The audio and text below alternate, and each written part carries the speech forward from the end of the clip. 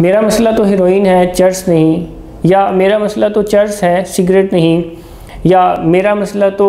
Ice ہے اور heroine نہیں۔ بہت سارے نشے کے مریض اس مس انفارمیشن کا شکار ہوتے ہیں اور وہ یہ سمجھ رہے ہوتے ہیں کہ ان کا مسئلہ کوئی ایک اسپیسیفک ڈرگ ہے، نہ کہ ڈرگ ایڈکشن، مگر حقیقت اس کے بالکل برعکس ہے۔ سائنس یہ کہتی ہے کہ جب کسی کو نشے کی بیماری ہو جاتی ہے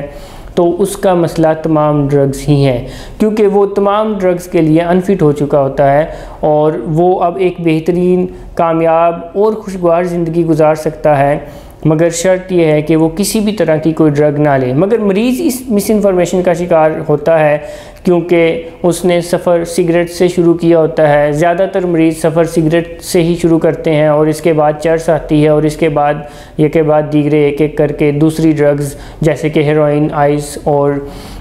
کچھ لیگل ڈرگز بھی، ٹرینکلائزرز بھی آتی ہیں، اور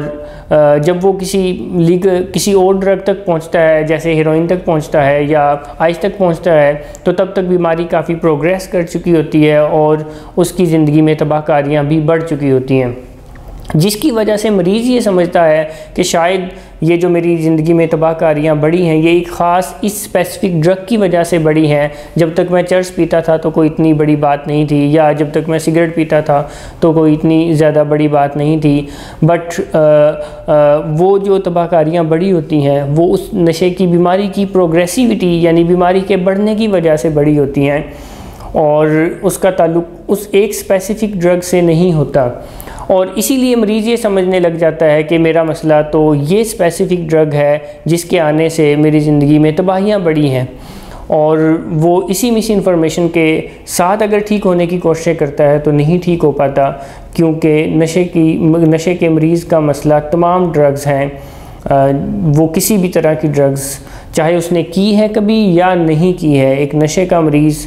تبھی ٹھیک ہو سکتا ہے جب وہ تمام ڈرگز کو کوئٹ کرے۔ تحقیق یہ کہتی ہے کہ اگر نشے کا مریض سگریٹ بھی پیتا ہے تو اس سے